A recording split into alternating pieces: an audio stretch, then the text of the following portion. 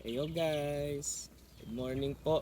So ngayong umaga na to, magtutumba tayo ng mga tabako or uproot sa English. At syempre, Anong sama po natin. siyempre ka dyan? Ha? Anong siyempre ka dyan, ha? Ano yan, nagba-vlog takeover ka na? Hindi naman. Alam mo ba gagawin mo? Hindi. Oh, pala okay na yan. So, Huwag ka kasing nangingialam. Okay sa kung hindi mo alam. De joke lang ho yun, ha? Baka mamaya seryosohin ninyo. At si Austin ho yun, ladies and gentlemen. And you guys, eto na yung totoo. At ngayong araw, nakita naman ho ninyo, umagang-umaga ho ngayon, ang gagawin ho natin is itutumba na ho natin itong mga tabako. Yan, ha?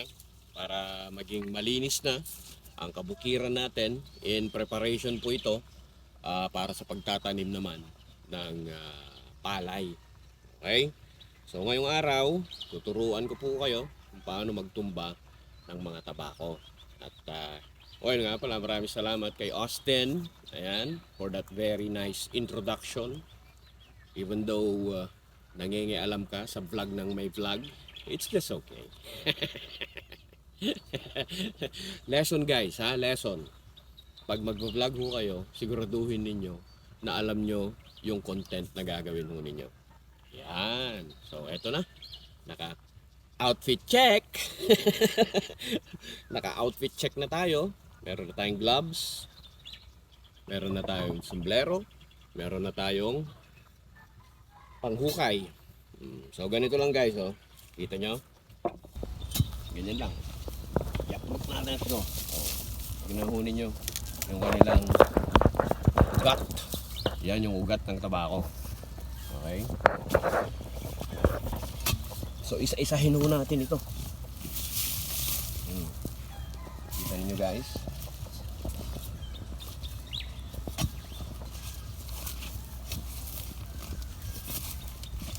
Ganito ho kahirap ang mag-alaga ng tabako. Mula maliit hanggang sa paglaki ho nila, inaalagaan mo yan. Especially, hindi ho katulad dito ng mais na pwede mong ipakain yung mga puno nila sa mga hayop. Ito, kinakain din naman ng kambing. Yun nga lang, yung mga part lang ng na fresh, tsaka malalambot yung kinakain ho nila. Mapait ho kasi yan eh. Okay? So, ganito. Actually, marami na tayong naitumba. Ngayong araw, ito yung gagawin ho natin. Magtutumba tayo. Hindi ka talaga sanay sa trabahong bukid, iiyak ka. Kaya ulitin ko na naman guys, kung pinag-aaral kayo ng mabuti or ng maayos ng inyong mga magulang, at alam nyo naman na yun na lang yung tanging paraan ninyo makalabas ng kahirapan or umangat-angat ng konti, mag-aral kayo ng maayos. That's the best thing that you could do. Okay din naman yung pagbabarkada, okay, pero kailangan priority ninyo pag-aaral ho ninyo, dahil yan na lang yung tanging may papamana ng mga magulang ninyo sa inyo na hindi mananakaw or makukuha ng iba. Okay? Ang pag-aaral. Dahil kapag nakapagtapos ka, nakakuha ka ng magandang trabaho, well, syempre, pwede kang magtrabaho sa corporate or sa kahit anong klase ng kumpanya. Yan, yun yung the best part ng pag-aaral. Okay, kung gusto mo talagang lumabas or makaangat-angat ng konti sa buhay.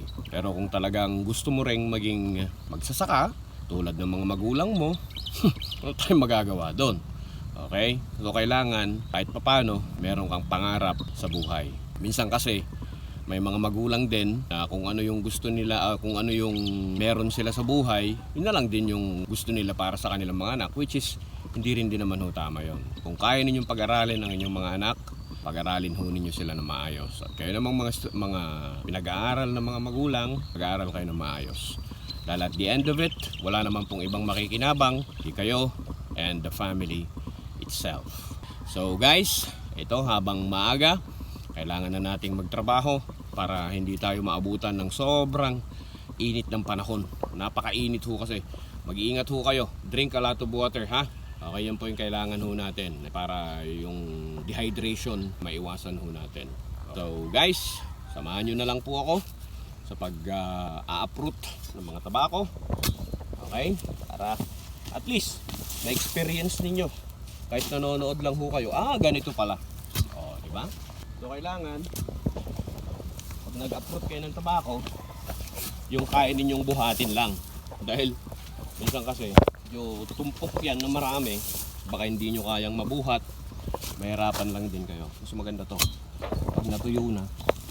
Pag natuyo naman yung tabako, ano naman na to magaan na to pag natuyo na, yung mga puno nila. Pag di pa natutuyo yan, sobrang bigat. Ba?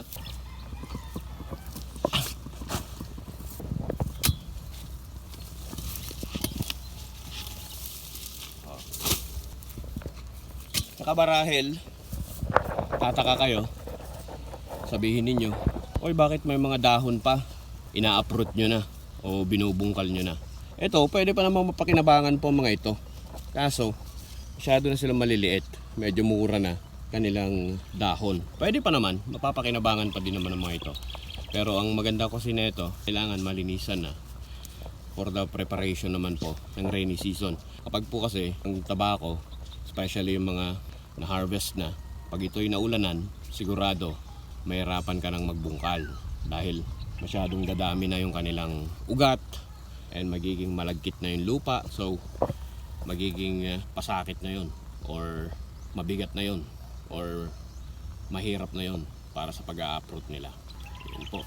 And at the same time, again, papasalamat po ako sa lahat ng mga viewers ho natin, sa lahat ng mga bagong followers ho natin. Thank you. Continue sharing our videos and our content. And dito lang ho talaga ang content ho natin, yung pamumuhay sa probinsya. Sa lahat ng mga nagpapa-shoutouts, hindi ko na ho kayo isa-isahin, basta kilala nyo na po yung mga sari-sarili ho ninyo. Darating din po yung araw, there will come a time, shoutout ko po kayo isa-isa. So yun lang guys, maraming salamat sa inyo sa panonood at sa pagtsatsaga na panoorin ang mga contents ho natin. At I appreciate po talaga, na-appreciate ko kung ano man yung suportang binibigay ho ninyo sa ating pong page and of course sa ating pong YouTube channel na Pambansang Maninisid. Alright, so guys, in behalf of Austin, my boy, na nag-intro kanina, ito po si John Marino. Ladies and gentlemen, peace out!